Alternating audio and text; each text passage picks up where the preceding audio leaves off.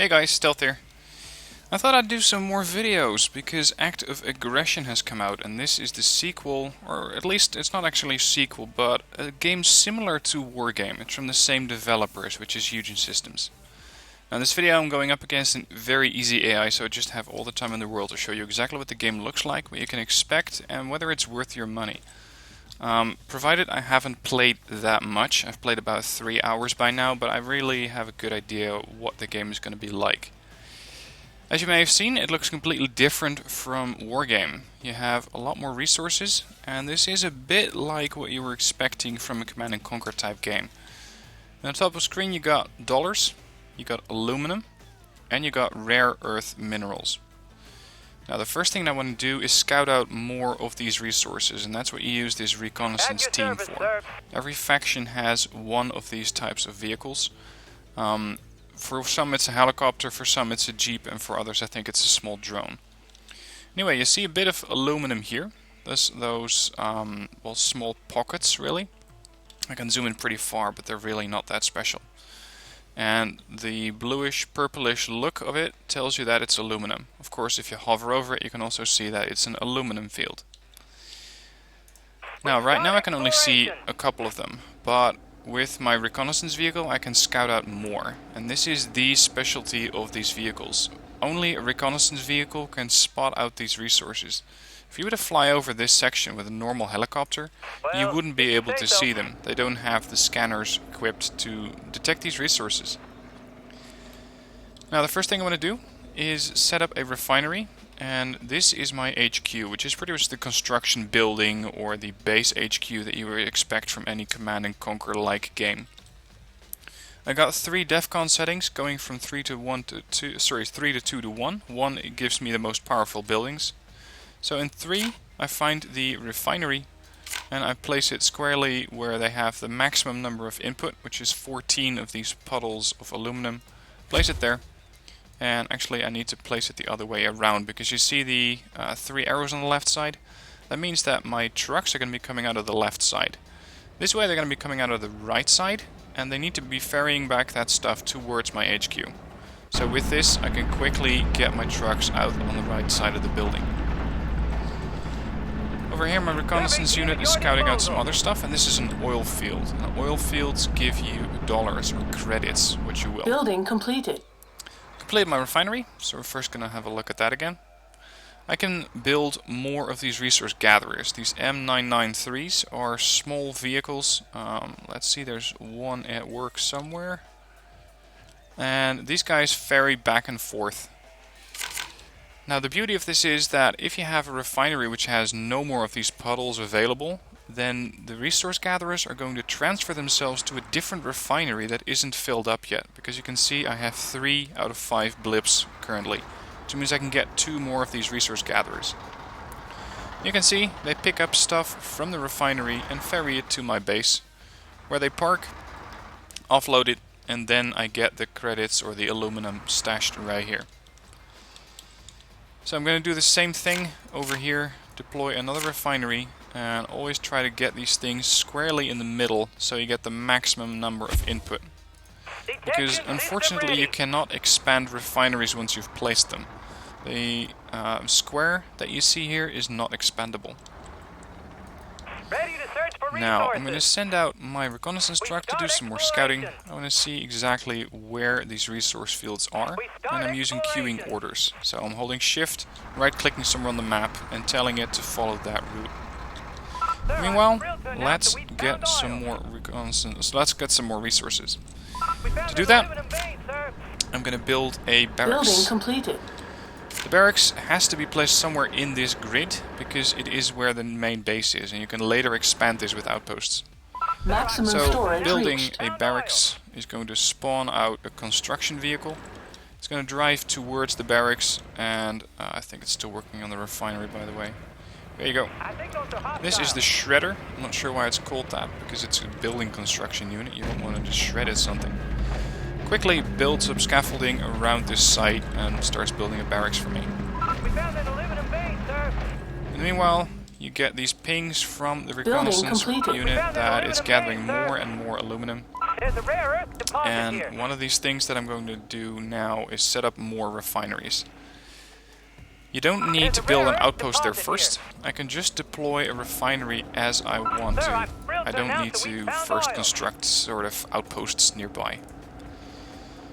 Now this looks like oil, so I'm going to get more credits from that. So let's build another refinery here. Again, placing it in the middle. Maximum storage reached. And let's see, there are only 12 of these puddles here. I'm calling them puddles, but I'm not really sure they're oil fields or aluminum fields, whichever you want to call them. By the way, resources like credits or dollars are really easy to gather. Aluminum is getting progressively hard throughout the game, and you need to set up specific resource gathering buildings in order to get that stuff in automatically. Anyway, I'm saving up my money to go to DEFCON 2, which is going to release this section of building so I can get some more units out.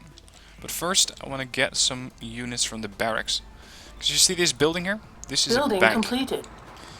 The bank has $25,000 inside, and I'm basically going to rob it. For that, you need to crew this bank up with as many occupants as possible, which is 6 here. So what I'm going to do is just deploy 6 Marines there. Set my rally point to the bank, and that way they're going to come out of the barracks and immediately go into the bank.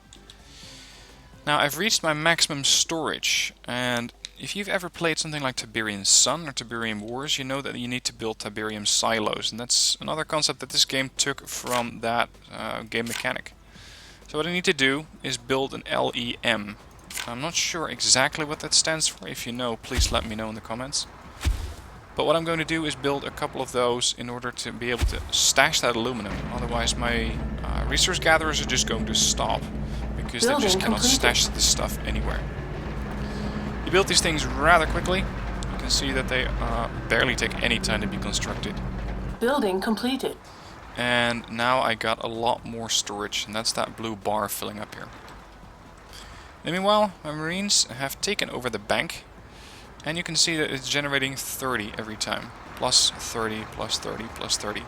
It's going to keep doing that until this bar here on the bottom right side runs out, and that is when the bank is empty and I need to move these guys, because at that point I'm just having 6 Marines crew this building, which is a waste of units.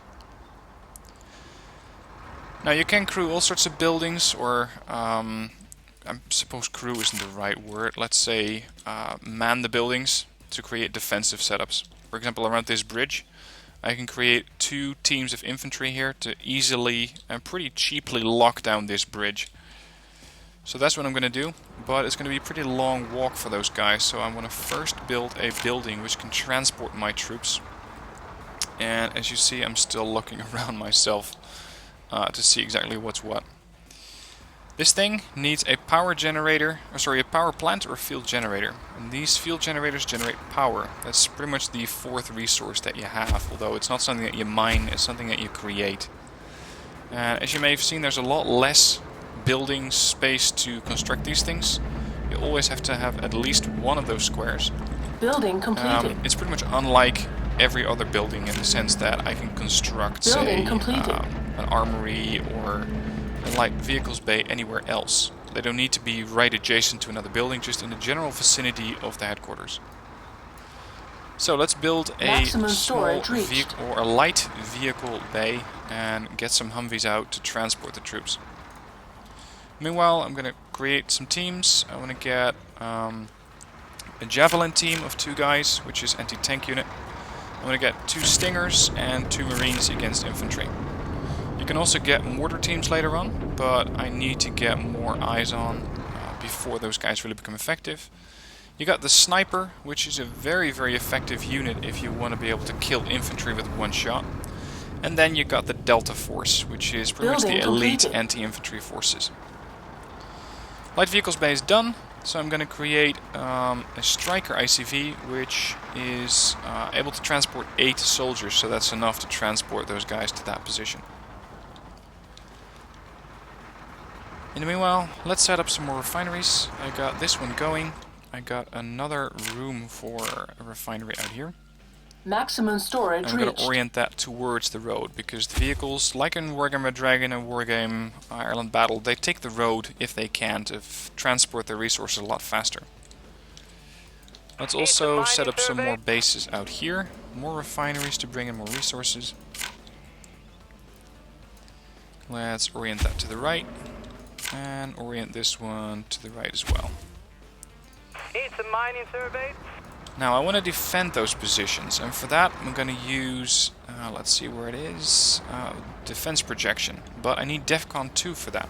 What I want to do is build defense posts around my refineries to make sure that they're not going to get attacked that easily. But I need DEFCON 2 for that first, so I'm going to click here DEFCON 2, which basically unlocks all the buildings and upgrades that require DEFCON 2, so I can start to build stuff like that. Building completed. Striker, ICB reporting. Now my striker's done. The striker comes equipped with a heavy machine gun, and you can see what kind of weapon a unit has here on the bottom left side. It says HMG, which stands for heavy machine gun. These guys go into the vehicle, transport them here, just queue your move there, unload, and move back, because I want to pick up another team. So I'm going to take, again, 2 Stingers, 2 Javelins, and 2 Marines for anti-infantry purposes. Building completed. Refinery's done here. Build 2 more refinery, or 2 more resource gatherers. By the way, these yellowish, greenish, sorry I'm colorblind, I really don't know, blips on the map, these are more banks. And this bank is in the middle of an island, which means that I cannot capture it with a vehicle. Vehicles are not amphibious. I need to get a helicopter in there to get the infantry across. Infantry has been dropped off. Let's Maximum through this storage building. reached. You can see that the line of sight expands a little bit, but I can really only engage units once they come over the bridge anyway. DEFCON 2 has been unlocked, and now I can equip force or defense projection. That's the thing I want to get my defenses up and running. Defenses for the US come in the shape of these MG nests, and you can upgrade these buildings with more effective or specific weaponry. So right now I can deploy these things anywhere because defense projection has been completed. You can see that up there. So let's build a machine gun turret. Let's say in a pretty much lockdown position, but this is a pretty broad area to lock down with machine gun nests. So instead I'm going to use infantry here, and I'm going to set up a machine gun nest or 2 right next to this bridge so that they cannot come across this bridge without being detected. Keep in mind though, these things don't spawn in here. You need to get a resource gatherer out there in order to get this thing equipped and get it built. So here you can see my shredder is going towards that position. There's a second one on the way. But it takes them quite a while before they get there. So don't think you can just equip machine gun nests in an area I haven't quite yet secured. Right now I can do it because I know that the enemy will not be that aggressive since they're a very easy AI. But other players will not let you do that, generally. Meanwhile, let's send up these guys in my striker and send them towards this position as another defensive position. Now, about the factions in the game, this is a base US faction, and these US factions are really the kind of units that you would expect from the US. So you got your Apache, you got your Abrams, you got the F-22 and the F-35. Those are the units that you would expect from the US. For the other 2 factions, which are the Cartel, which is pretty much, I suppose you could say, a combination of Russia and something else. Oh, by the way, I'm getting attacked. Let's get these guys into the building quickly, because the AI has deployed some Humvees here, and I hope that my guys can at least shoot back a little bit. It seems like I only got 1 of each.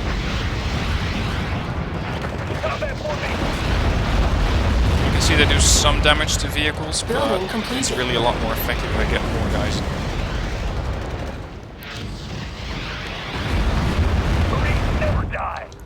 Now, about these machine gun nests, I can now upgrade these things. They come with a standard machine gun equipped, a heavy machine gun which does 3 damage. I can upgrade them with TOW-2 launchers for 500 aluminum, And this is per machine gun nest. This is not a general upgrade. So if I Unit equip is it under here, attack. this one is still going to be a base MG nest. And I can also equip it with a stinger post, so basically AT and AA. So I'm going to get AT and AA on both of them. I haven't really seen the enemy use helicopters that much yet, but you never know. Unit lost. Anyway, they got a pretty significant force out here, so I'm going to have to be a bit careful and deploy some more machine gun nests on this side as well. Let's see, that's not really that clever, because it's going to fire right into the building. Let's put them there, and I might want to set up another refinery out there soon. But this road is where they're going to come down. Now, to make sure that those shredders arrive a bit more quickly, I can upgrade them, and I can do that with, let's see what's the right engine. This one, the Grizzly Project. Replaces the Shredder Honeywell blah blah engine with a Wankel rotary engine. Whatever, it doubles the shredder's movement speed, that's what I want. That way my constructors are going to arrive a lot faster. Upgrade completed. Anyway, I was a bit distracted by the machine gun nests and the attack that was taking place there. I was saying about the factions. You got the US, which is the faction I'm using right now.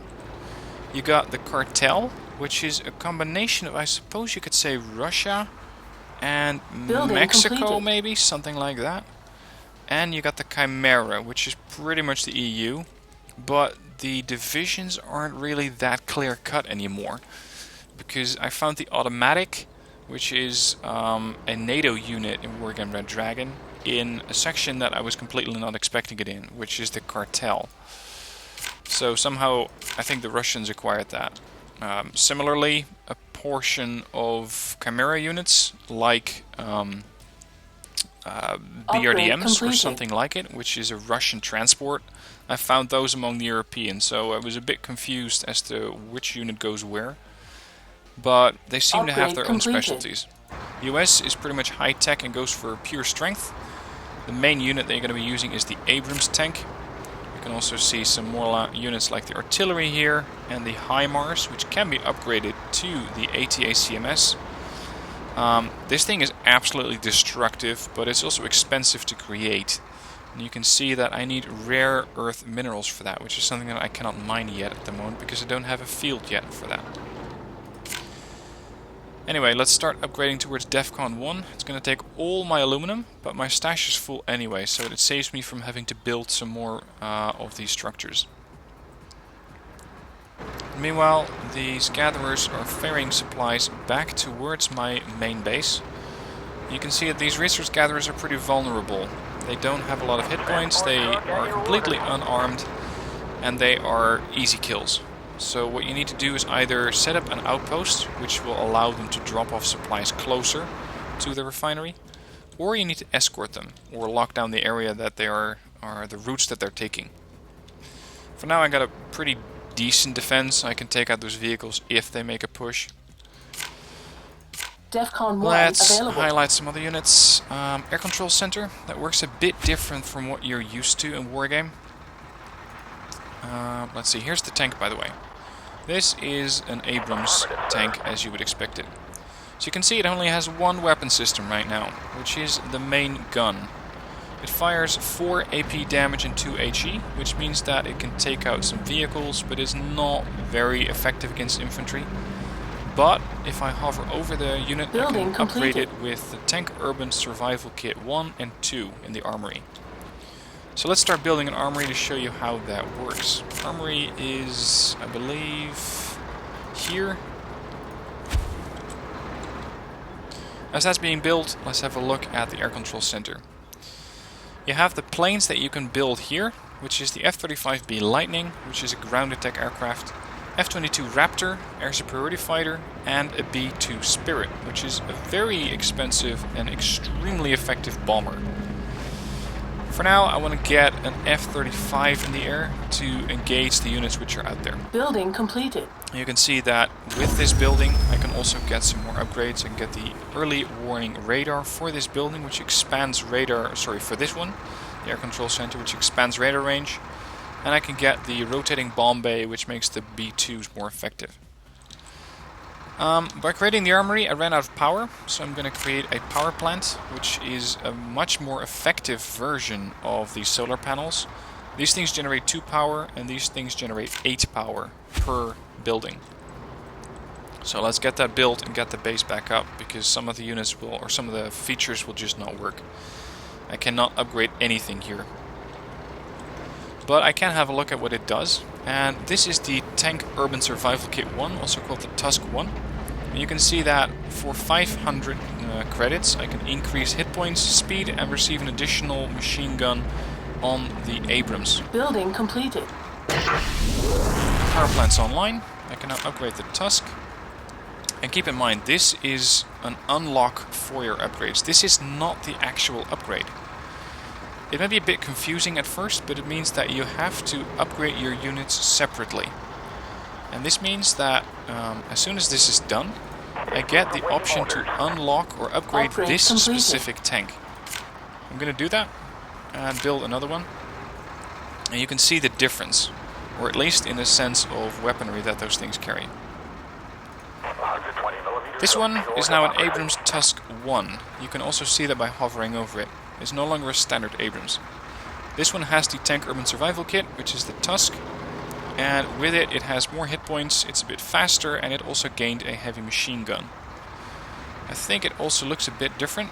You can see that it has a heavy machine gun on top, whereas this one is just closed up on top and only has the main gun and the main turret. I can further upgrade that to a Tusk 2.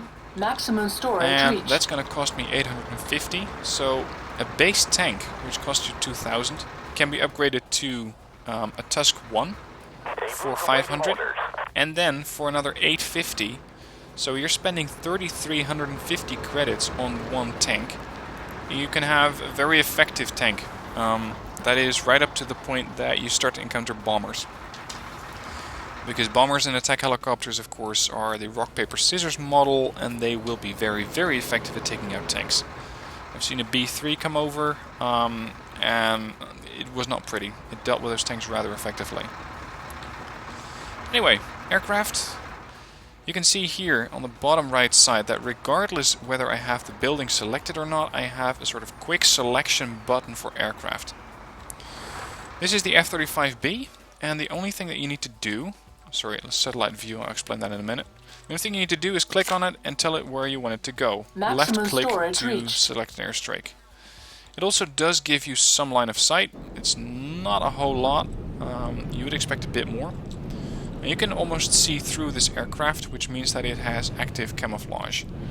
Units which do not have a stealth detection or stealth detector cannot spot it. And I just destroyed 2 vehicles and 1 resource gatherer there. The plane is now empty, and it's going to return to base to rearm. You can see that it's grayed out, and it is rearming. You see it's there going up with 9%, 12%, 14%. It's slowly but steadily getting there. This is pretty much how aircraft work. You don't need to go towards the air control center, click on a unit, and then send it out there.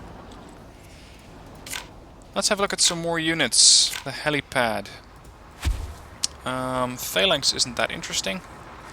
What is interesting is that there are super weapons in the game. Maximum storage reached. Super weapon for the US is the Peacekeeper, which basically launches nuclear missiles. But unlike a normal game like Red Alert or Generals, where you had super weapons which you just could not defend against, you can now defend against super weapons. Every faction has one specific building that can do that. They are expensive, but investing in one of these is still cheaper than getting your entire base rebuilt, if you can get that far.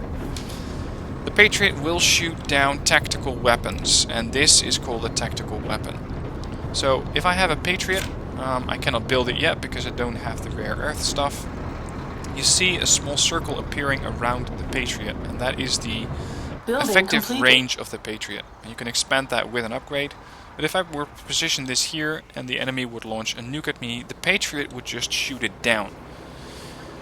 Now again, you have to invest in the building itself, the Patriot. You have to invest in buying an actual Patriot missile. Maximum But other than storage that, reached. it's a very effective way to defend your base. And it's something that I really think is a useful addition, because it's no longer just send over the nuke and send in the troops. It just doesn't work anymore. You have to be smart about where you fire the nuke, Try to knock out maybe a power plant or two from the enemy side before you launch your tactical weapon, to make sure that it actually hits and it doesn't get shut down by a sort of defensive system like that. The other buildings that I can construct here are a processing plant. This is the advanced version of the refinery, if you will, and with it I can detect, or I can extract rare earth elements. I can store rare earth elements. They cannot be stored in the standard LEMs. I have an administrative center, which I can use to generate cash every 20 seconds. I have an accumulator, which is basically a big battery. It's going to save up power Maximum and then storage reached. send it back into your power network if your power somehow runs out. And other factions, of course, have other buildings, but they basically all do the same. Let's have a look at the helipad. You got 3 units here, and they are, I suppose you could say, the eye catchers of the US Army. You got the Guardian. I'm not fooling anyone with this. This is just an Apache.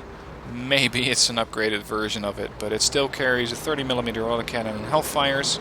You can upgrade it with Hydra, so as far as I'm concerned, it's just an Apache. Then you got the Little Bird. Here's the Apache, by the way. Let's have a look at that. You can see it's the longbow radar on top of it, and it has all sorts of upgrades. Countermeasures, NLOS guidance, and Hydras. The Hydras were in here, gives it rocket pods, and with the armory I can Maximum upgrade it to storage NLOS. I believe that was the one.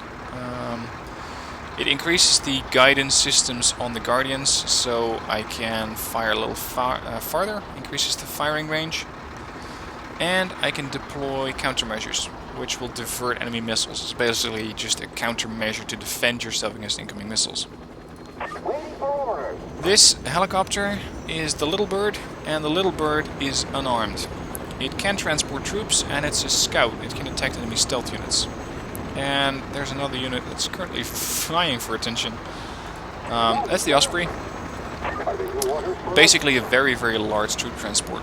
Capable of transporting 12 soldiers. You can upgrade it with a Gatling gun, which will allow it to do damage to infantry and helicopters. And you can upgrade it with, and that's interesting, the Sea-Wiz. I'm not sure that's in here. Yeah, it is in here. Sea-Wiz. Enable Gatling guns with a Sea-Wiz upgrade. Maximum storage This way you reached. can shoot down incoming missiles, which is very effective if you're starting to build bigger battle groups. So for example, you have a couple of tanks, and you have a couple of defensive units or supporting units around it. Let's say the Blazer, which is armed with a Gatling gun. The Gatling gun will shoot down incoming missiles so that those ATGMs don't hit the tank. And with this you can create Oil a pretty field depleted. compact force, which is, I'm not going to go say completely self-sustaining, but which is a lot more survivable. Air defense ready, sir. And this, by the way, is the Blazer. It's an AA unit. It has surface-to-air missiles, which do 2 HE damage. It has a Gatling gun, which can be fired to both ground and air targets. But of course, as it says, it's effective against infantry and aircraft. The Gatling gun is not really going to penetrate ground vehicles that much. So I think that's it for the first look Maximum on storage reached. Active Aggression. I think the game has quite a bit of potential. It does take a while to figure out how stuff works. I mean, it's a pretty straightforward Command and Conquer-like game. But with some stuff you're like, yeah, okay, how does this work? This is a bit confusing. So just give yourself a minute or take a few skirmish games against the AI to see what kind of units you can get, which faction suits your playstyle, and what kind of buildings there are in the game and how they work together before you actually start to take on other players. For me, at least that's the stage where I'm at. I'm always going to be exploring the game first before I take on competitive multiplayer, because otherwise I'm just going to get my ass kicked. Anyway, let me know what you think of the game. Let me know what you think of the video. If you have anything that you specifically want to know about Active Aggression, please let me know in the comments so I can try to find out or get some more info from the devs. If you want to see more of this video, please give the video a like, because that's the way that I know that I need to keep doing these videos. I need to keep exploring the game further and show you more gameplay. And if there are more and more people playing the game, of course we can get into multiplayer. We can start doing reviews. Deck reviews are not a feature of this game, since every nation, every faction just has a standard set of units. But replays, of course, can be interesting, and they can go on for quite a long while. Anyway, that's it for this video. Let me know what you think. Let me know what you think of the video, of the game, and if you want to see more. Thanks for watching, and I'll see you next time.